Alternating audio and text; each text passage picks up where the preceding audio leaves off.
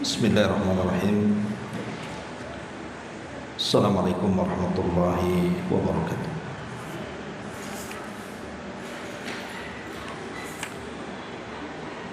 Alhamdulillah wassalatu wassalamu ala Rasulillah wa ala alihi wa sahbihi wa mawalah wa la hawla wa la quwwata illa billahi wa ba'd. Kita lanjutkan kajian kita, masih membahas kitab 175 Jalan Menuju Surga, dan kita masuk pada poin ke-6 ke-16, penjelasan bahwa keutamaan dunia hanyalah dengan zikir kepada Allah dan beramal soleh serta berilmu. Kita baca hadisnya baru kita jelaskan. Nabi SAW bersabda dalam sebuah hadis yang dikeluarkan oleh Imam At-Tirmidzi dan dihasankan oleh Syekh Al-Albani rahimahullahu taala. Rasul bersabda, "Ala inna dunya mal'unatun mal'unun ma fiha illa dzikrullahi wa ma wala wa alimun au muta'allimun." Ingatlah bahwa dunia ini adalah terlaknat, dan segala apa yang ada di dalamnya semua terlaknat, kecuali orang yang berzikir kepada Allah dan juga beramal saleh, ataupun seseorang yang berilmu dan yang mempelajari ilmu.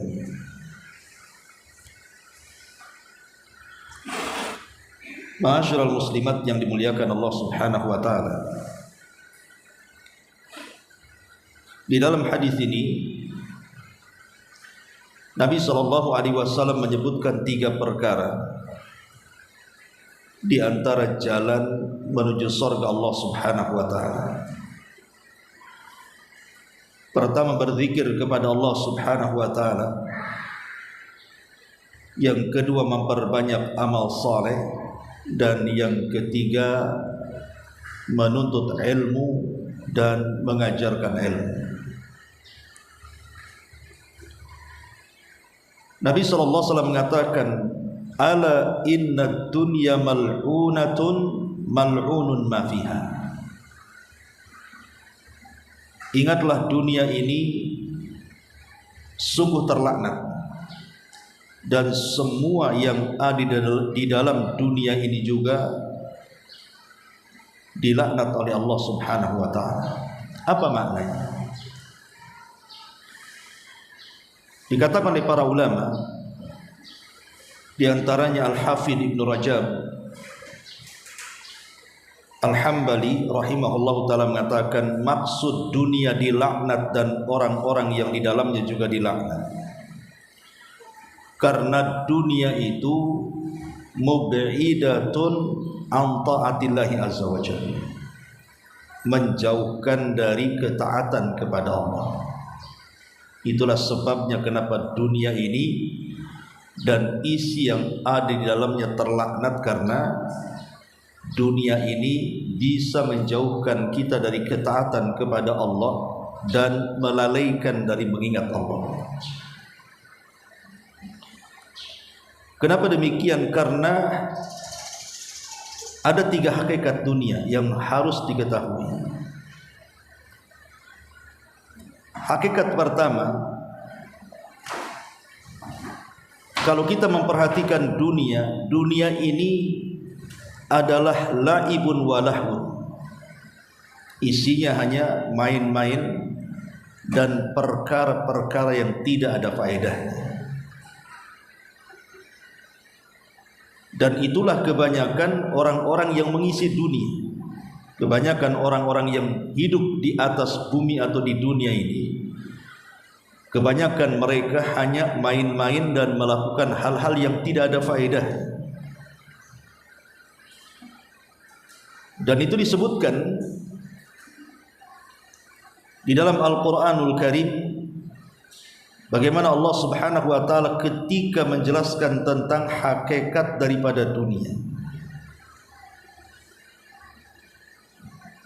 Sebut saja di dalam surah Al-Hadid ayat 20, di mana Allah Subhanahu wa taala merangkum hakikat dunia dalam ayat ini. Allah Subhanahu wa taala mengatakan, i'lamu annamal hayatud dunya la'ibun wa lahwun wa zinatun wa tafakhurun bainakum wa takathurun fil amwali wal aulad. Ketahuilah, kehidupan dunia ini hanya main-main dan senda gurau, dan hanya dijadikan perhiasan serta kebanggaan di antara kalian, dan hanya untuk memperbanyak harta dan keturunan. Itulah hakikat dunia. Jadi hakikat dunia itu, kata Allah, hanya main-main, senda gurau, kebanggaan, dan memperbanyak harta dan juga keturunan. Dan kita bisa saksikan hari ini saja orang-orang yang hadir di majelis ilmu dengan orang-orang yang sibuk mengejar dunia, lebih banyak mana? Lebih banyak orang yang mengejar dunia. Nanti kalau dunia sudah dikejar dan sudah di tangan, apa yang terjadi? Ya digunakan hanya untuk permainan, jalan sana, jalan sini, beli ini, beli itu, hanya untuk macam mana dia merasa lezat hidup di dunia. Itu saja. Makanya kemudian hakikat dunia itu hanya permainan saja dan juga senda gurau saja. Ini yang pertama. Yang kedua, hakikat dunia itu bahwa harus diyakini dunia ini sesuatu yang pasti akan binasa. Sekaya apapun manusia pasti tersentuh dengan kematian. Bahkan bukan hanya umur manusia, bahkan harta pun bisa binasa. Dan itu dijelaskan di dalam banyak ayat dalam Al-Quran. Sebut saja surah Al-Jum'ah ayat 8. Qul innal mauta alladhi tafirruna minhu fa innahu mulaqikum thumma turadduna ila alimil ghaibi wasyahadah. Katakan ya Muhammad, sesungguhnya kematian yang kau lari darinya itu pasti akan mengejar-ngejar kalian. Jadi orang tidak mungkin sembunyi dari kematian, karena kematian itu bukan perkara yang aneh, karena setiap hari kita menyaksikan kematian. Bahkan kita tidak kaya, pejabat, tetap saja dia akan mati. Lah karena hakikat dunia ini sesuatu yang fana, maka jangan sampai melalaikan. Kemudian hakikat yang terakhir, yang ketiga, dan itu disebutkan di dalam surah Al-Mu'minun ayat 115 sampai 116. Apa hasibtum annama khalaqnakum abathan wa annakum ilaina la turja'un. Bahwa hakikat dunia ini semua akan dipertanggungjawabkan di hadapan Allah di hari ketika Allah menghisab kita. Allah mengatakan, apakah kalian mengira kami ciptakan kalian main-main dan kalian tidak akan dikembalikan kepada Allah? Tidak, bahkan kalian harus mempertanggungjawabkan semua perbuatan kalian di dunia di hadapan Allah. Inilah tiga hakikat dunia yang harus dipahami. Bahwa dunia hanya permainan, bahwa dunia itu tidak akan fana, bahwa kehidupan kita di dunia akan dipertanggungjawabkan di hadapan Allah Subhanahu wa taala. Lah dalam hadis ini Nabi SAW mengatakan bahwa dunia itu terlaknat dan isi daripada dunia juga terlaknat. Artinya seseorang ketika kemudian tertipu dengan kehidupan dunia, maka dipastikan dia akan dilalaikan dari Allah Subhanahu wa taala. Saya contohkan. Ketika Nabi sallallahu alaihi wasallam bicara soal salat, Nabi sallallahu alaihi wasallam mengatakan, "Wa man lam yuhafid," barang siapa yang tidak menjaga salat, maka mereka akan dikumpulkan, kata Nabi sallallahu alaihi wasallam, ma'a Fir'auna wa Hamana wa Qaruna wa Ubay ibn Ka'b.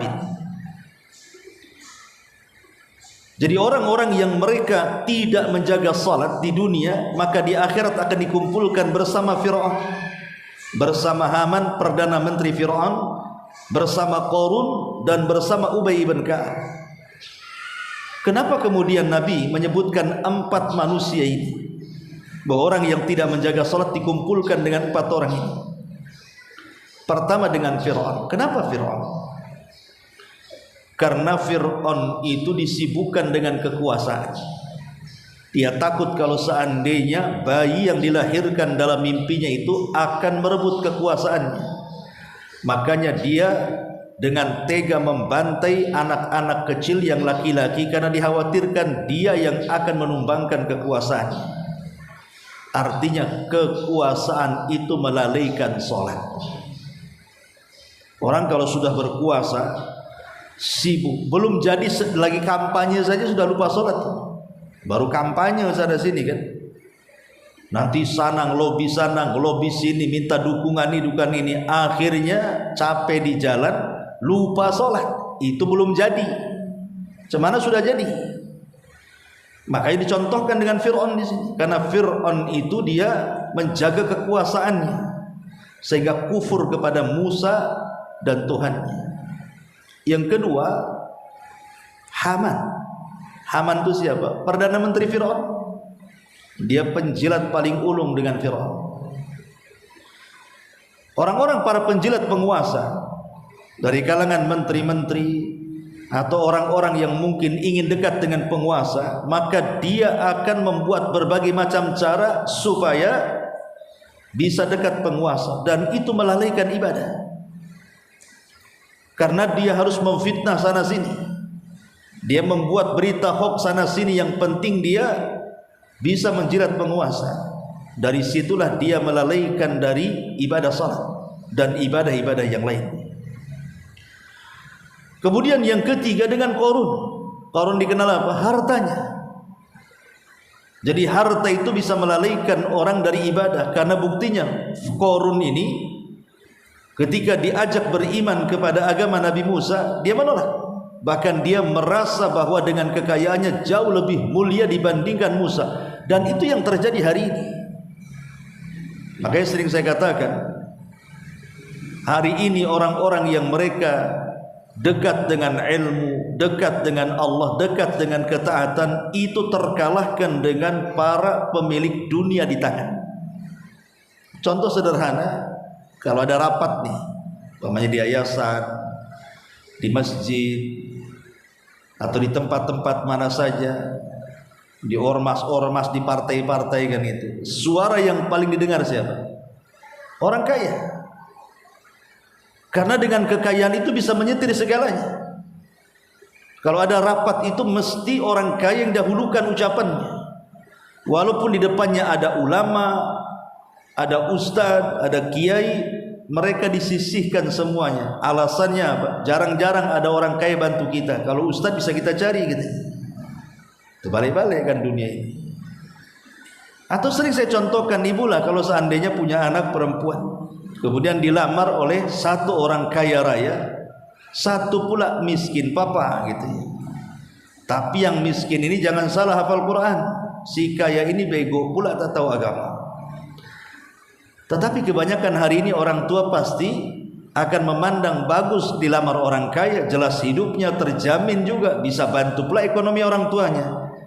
Adapun orang miskin, ya walaupun hafal Quran, emang saya makan ayat katanya. Ke situ pula ayat-ayat di bawah. Lah ini contoh bahwa kekayaan itu bisa melalaikan. Makanya Allah, Rasulullah SAW mengatakan siapa yang tidak menjaga salat maka mereka akan dikumpulkan bersama Qarun. Dan yang terakhir Ubay ibn Ka'ab. Siapa Ubay ibn Ka'ab ini? Ubay ibn Ka'ab ini pembisnis itu. Sibuk mereka punya bisnis kecil-kecilan di rumah. Mas hadir Tanjung Pinang, Ustaz ngurus bisnisnya. Mulai ke Uban. Kemana ini? Kok sudah sebulan tak hadir? Tak tahu, sekali sebulan sekali. Terakhir les nggak ada. Nanti ada beritanya itu kalau sudah innalillahi wa inna ilaihi raji'un. Nah itu baru ada tuh beritanya. Udah mati baru ada berita. Nah itulah kadang-kadang, makanya kenapa ketika Nabi sedang berkhutbah di hari Jumat, dan itu sholat Jumat perdana baru dimulai sama Nabi, sekitar 40 orang yang hadir. Pada Rasul sedang berkhutbah, keluar dia mengejar dagangan, takut nggak kebagian, dagangnya selalu melalaikan. Inilah yang dimaksud kenapa dunia ini terlaknat. Apa urusanku dengan dunia? Illa qaraqibin istadhalla. Ini kan kita bisa prediksi berdasarkan hadis Nabi. Ketika Nabi SAW mengatakan bahwa umur manusia itu antara 60 usia sudah 7. Yang disebutkan dalam Sahih Muslim, Rasul mengatakan mad dunya fil akhsan, dalam jari yang kita celupkan di air lautan. Artinya kekayaan Allah itu ya sebentang. Ada orang kaya raya, ada orang yang punya tes yang Allah berikan kepada manusia itu. Makanya ada istilah orang kaya kalau mikir mati maka akan sempit hidupnya. Tapi orang miskin kalau mikir, percuma juga saya kaya kalau mati nggak dibawa ke kuburan katanya. Tapi kalau orang miskin mengingat kematian, tidak apa-apa. Justru ketika memikirkan kematian itu sempit dadanya. Itulah yang sengsara kuadrat namanya. Di dunia susah, di akhirat lebih. Fiha illa dzikrullahi wa mawala. Tapi ada orang-orang yang dikecualikan. Orang-orang yang dikecualikan dan mereka tidak akan dilaknat. Artinya mereka tidak akan dijauhkan dari ketaatan kepada Allah dan tidak dilalaikan dari ibadah. Siapa mereka? Pertama, zikrullah, orang yang banyak berzikir kepada Allah Subhanahu wa ta'ala. Ma'asyiral muslimat yang dimuliakan Allah Subhanahu wa ta'ala. Bicara tentang zikir, dan ini sering saya ulang-ulang, banyak faedahnya. Bukan hanya zikir itu akan menghubungkan antara kita dengan Allah dan menjauhkan dari kelalaian, tapi lebih daripada itu banyak faedah yang kita akan dapat. Pertama, bahwa zikir itu penyebab Allah Subhanahu wa ta'ala akan memuja dan memuji kita di hadapan makhluk yang mulia-mulia yang ada di atas sana. Siapa? Para malaikat. Nama kita akan disebut-sebut tuh. Bayangkan kalau seandainya ibu ini disebut-sebut di depan manusia. Anggaplah di Batu Haji ini kumpul, satu Batu Haji ini kumpul di lapangan mana gitu kan. Anggaplah di Puskopkar, muat gak? Satu Batu Haji kumpul di Puskopkar.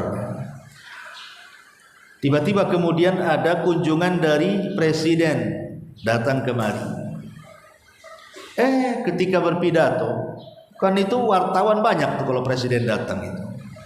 Dan hari ini tidak ada ibu yang nggak punya handphone. Tinggalan zaman kalau nggak punya handphone.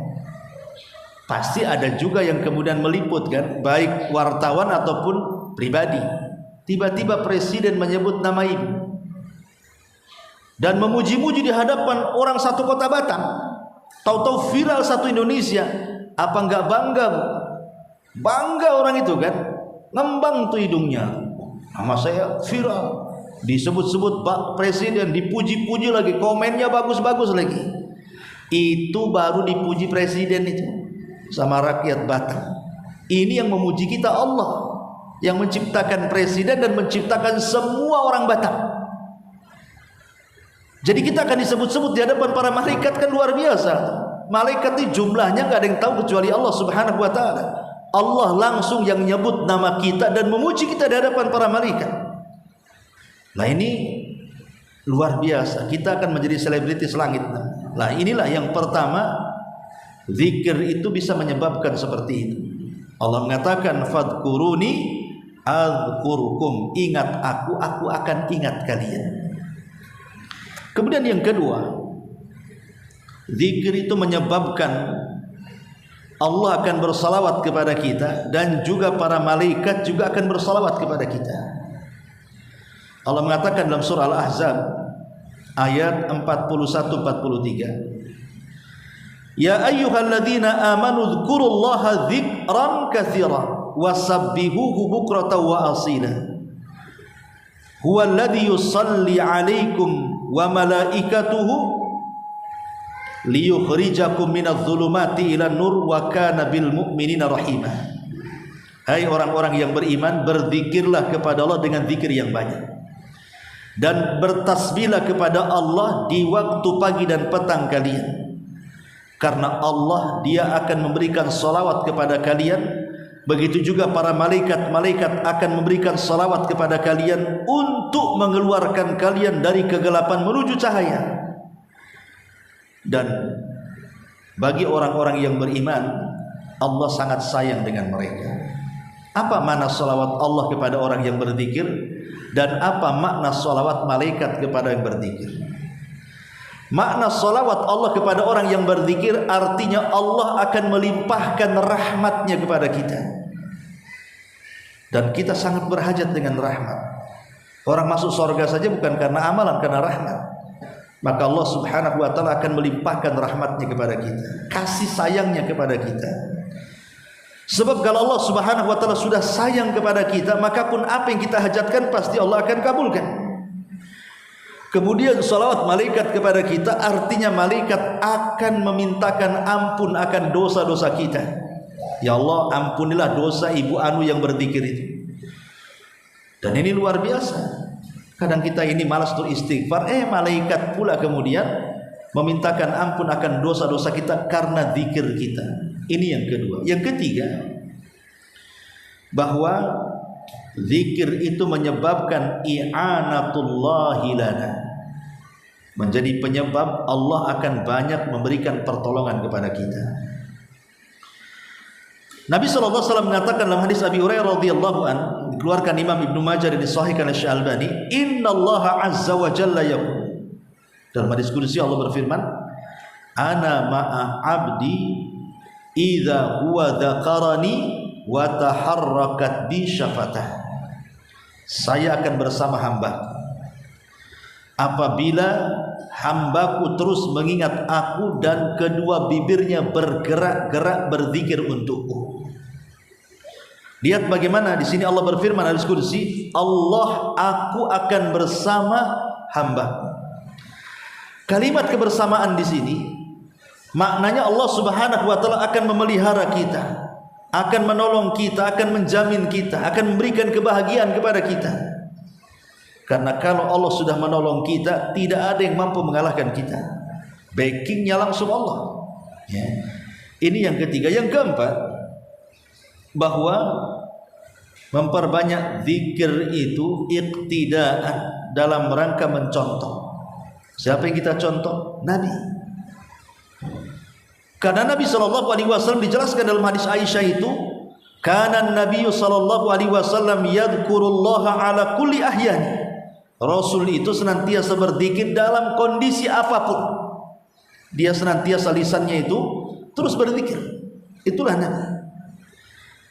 Bahkan berzikir itu akan mendapatkan 5 keutamaan besar sekaligus. Pertama, mendapatkan amalan terbaik. Yang kedua, Allah akan bersihkan hati-hati kita.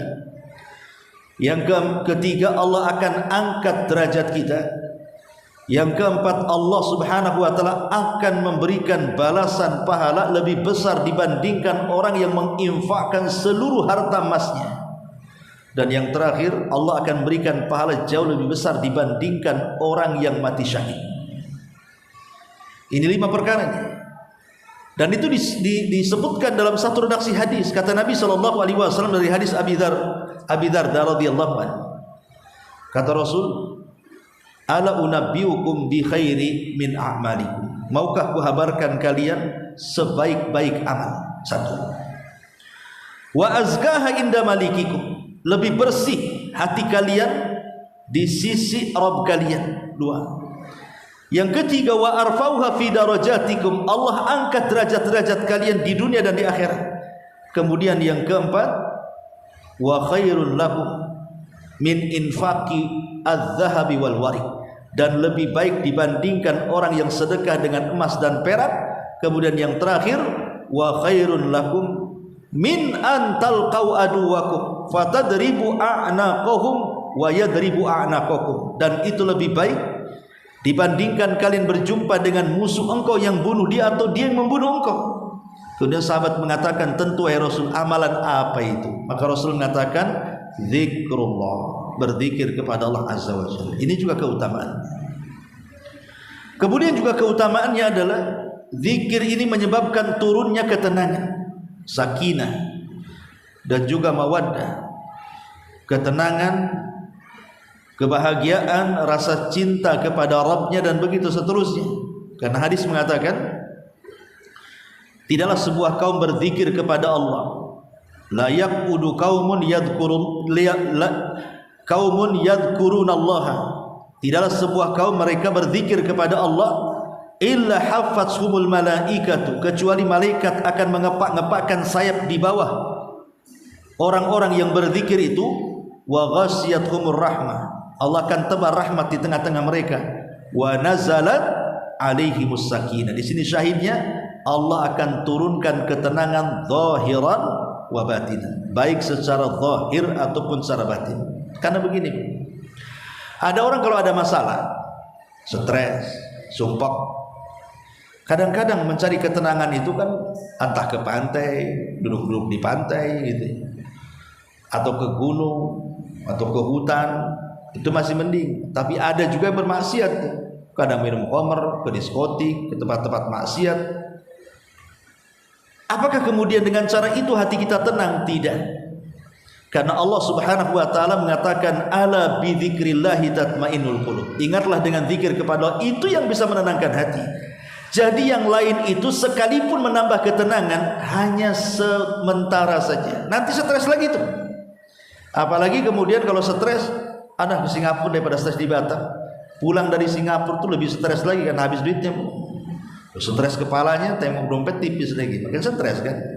Jadi kalau ingin bahagia, ini konsep Quran, banyak berzikir dan banyak lagi. Kemudian yang kedua, kata Nabi SAW, wama wala. Yang kedua, dan amalan-amalan yang bisa mendekatkan diri kepada Allah, atau dengan kata lain amal soleh. Apa sih definisi amal soleh itu? Definisi amal soleh itu adalah orang-orang yang melakukan hal-hal yang diwajibkan dan meninggalkan hal-hal yang diharamkan. Syukur-syukur dia tambah dengan yang disunahkan dan menjauh dari yang dimakruhkan. Itulah berarti orang ini sedang melakukan amal soleh. Itu definisinya. Jadi amal soleh itu orang yang melakukan kewajiban yang Allah wajibkan, dalam satu waktu juga meninggalkan yang diharamkan, terlebih kalau dia menambah dengan yang disunnahkan dan menjauhkan yang dimakruhkan. Kalau ibu bisa melaksanakan definisi ini, berarti ibu sedang mengamalkan amal soleh. Ada juga yang mengatakan bahwa amal soleh itu artinya amal yang menghubungkan kepada Allah alias hablum minallah, dan amal yang menghubungkan kepada manusia alias hablum minannas. Jadi kalau orang bisa menggabungkan dalam satu waktu hubungan dia dengan Allah baik, hubungan dia dengan manusia baik, berarti dia sedang beramal soleh. Itulah definisi amal soleh. Maka ketika dunia dan isinya terlaknat, maka orang-orang yang banyak melakukan amal soleh, maka dia terkeluar dari laknat itu. Orang-orang yang mereka menjaga sholat, menjaga puasa, bisa melakukan zakat dan haji, atau kewajiban yang lainnya kepada manusia, birrul walidain, ataupun anak mendidik, orang tua mendidik anak, dan banyaklah kewajiban-kewajiban suami kepada istri, istri kepada suami, orang kepada tetangga, tetangga kepada kita, masing-masing kan ada hak dan kewajibannya itu. Kalau kita amalkan berarti kita melakukan amal soleh. Itulah yang mengeluarkan kita dari kalimat mal'unatun, terlaknat di sini. Kemudian yang ketiga, wa alimun au muta'allim. Orang yang berilmu atau orang yang mempelajari ilmu. Artinya orang yang mengajarkan ilmu atau orang yang berusaha mengamalkan ilmu. Masyaallah muslimat yang dimuliakan Allah Subhanahu wa taala, tidak syak lagi bahwa ilmu dan para pelajar dan pengajar itu memiliki keistimewaan yang luar biasa. Nabi mengatakan, hadis yang sering diulas oleh para asatid, man salaka tariqan yaltamisu fihi ilma sahhalallahu bihi tariqan ilal jannah. Siapa yang berjalan, kayak ibu ini kan berjalan dari rumah ke sini nih, ada yang jalan kaki, ada yang naik motor gitu ya. Dalam rangka apa? Mencari ilmu. Ilman di sini nakirah.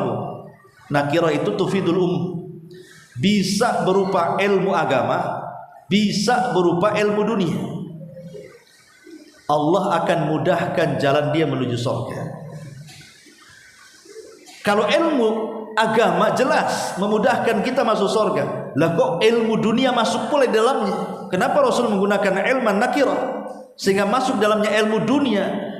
Disinilah para ulama membahas maksudnya. Secara zatnya ilmu dunia itu tidak manfaat, secara zatnya. Lalu apa yang dimaksud hadis ini? Maksudnya secara niat, itulah yang berpahala. Jadi kalau ibu niat nih ingin jadi dokter, akhirnya masuk ke fakultas kedokteran, tapi ibu niat, kalau saya sudah jadi dokter, ya Allah, saya akan membantu orang-orang. Di situ letak pahalanya. Bukan ilmu kedokterannya, tapi niatnya itu ketika hendak mempelajari ilmu kedokteran, di situ terletak pahalanya. Atau umpamanya orang ambil jurusan dalam dunia ini, mungkin jurusan yang lainnya, kemudian diniatkan dalam hatinya, nanti kalau saya sudah jadi dosen, saya sudah menjadi pilot, saya sudah menjadi ini, itu dan lain sebagainya, maka sebagian hasilnya saya infakkan di jalan Allah. Lah di situ letak pahalanya tuh kalau ilmu dunia itu. Tapi zatnya nggak dapat pahala. Ibu belajar fisika, belajar matematika, belajar biologi dan yang lainnya, nggak akan ditanya, Bu. Nggak akan ditanya. Nggak mungkin mungkar nakir menanya rumus-rumus itu, nggak ada. Yang ditanya itu soal siapa Tuhanmu, siapa nabimu, apa agamamu, itu saja. Tetapi bukan berarti ilmu umum tidak berpahala. Berpahala dari mana letaknya? Dari niatnya. Jadi kalau seandainya orang berjalan ke kampus, man salaka tariqan, dia berjalan dengan kakinya ke kampus, dalam rangka mencari ilmu dunia, tapi niatnya untuk kebaikan, maka Allah akan mudahkan masuk dalam surga. Itu kalau berkenaan dengan ilmu dunia, Bu ya. Tapi kalau ilmu agama, baik niat ataupun zat ilmunya itu bermanfaat untuk akhirat. Dua-duanya, niatnya dapat pahala, zat ilmunya juga dapat pahala. Bahkan kalau seandainya ibu dari rumah kemari tiba-tiba Allah takdirkan meninggal dunia, itu dianggap mati syahid. Ya, kata Nabi SAW, barang siapa yang belajar itu kal mujahid fi sabilillah, seperti para mujahid di jalan Allah Subhanahu wa taala. Maka orang-orang yang berilmu itu akan dibedakan. Makanya sering saya katakan, ibu kalau sudah ngaji, sudah duduk di majelis taklim, harus ibu bedakan kalau ibu bermasyarakat. Ibu kan sudah hari ini sudah banyak taklim, ustadz ini, ustadz itu, banyaklah ustadz itu belajar di situ. Lah ketika kemudian bermasyarakat harus dibedakan, saya ini orang ngaji, berarti tutur kata saya harus lebih baik, tingkah laku saya harus lebih baik, muamalah saya harus lebih baik, pakaian saya harus lebih baik, dan begitu seterusnya. Karena Allah yang mengatakan, kul hal yastawil ladina ya'lamuna wal ladina la ya'lamun. Katakan ya Muhammad, tidak sama orang berilmu dengan orang yang tidak berilmu. Lah sementara ibu sudah ngaji, tapi kata-katanya sama juga dengan orang awam, kasar gitu ya.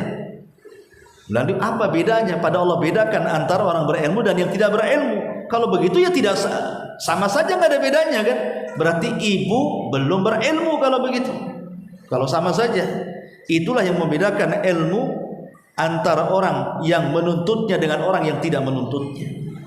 Makanya di sini Allah mengatakan kul hal yastawil ladzina ya'lamuna wal ladzina la ya'lamun. Kenapa bisa dibedakan? Oh, sehingga masyarakat tahu. Ya wajarlah itu Umi Anu itu luar biasa itu. Itu ngaji di Puskopker itu. Baguslah itu. Kalau yang satu kasar tak tahu ngaji di mana. Kadang-kadang namanya seperti itu. Jangan pula yang di tempat lain bagus ngaji di sini pula lah itu jelek. Oh, patutlah muridnya Abu Mero katanya. Stres apa ustadznya kan itu. Soal kita ngajarkan yang kasar-kasar kan itu. Jadi kenapa ada perbedaan orang yang sudah belajar dengan yang tidak? Karena perasaan takut kepada Allah itu akan tertanam kepada orang yang berilmu dan belajar. Adapun orang-orang awam di luar sana, mereka tidak tahu apa yang ditakutkan. Makanya mereka nggak takut. Mereka nggak sholat biasa saja kan gitu. Karena nggak tahu yang ditakutkan. Tapi kalau orang ngaji, kalau nggak sholat tuh kepikiran dia. Lama saya ini bisa kafir nih keluar dari Islam nih kalau nggak sholat. Akhirnya sebisa mungkin mepet-mepet waktu pun dia sholat. Tapi orang awam mana peduli itu.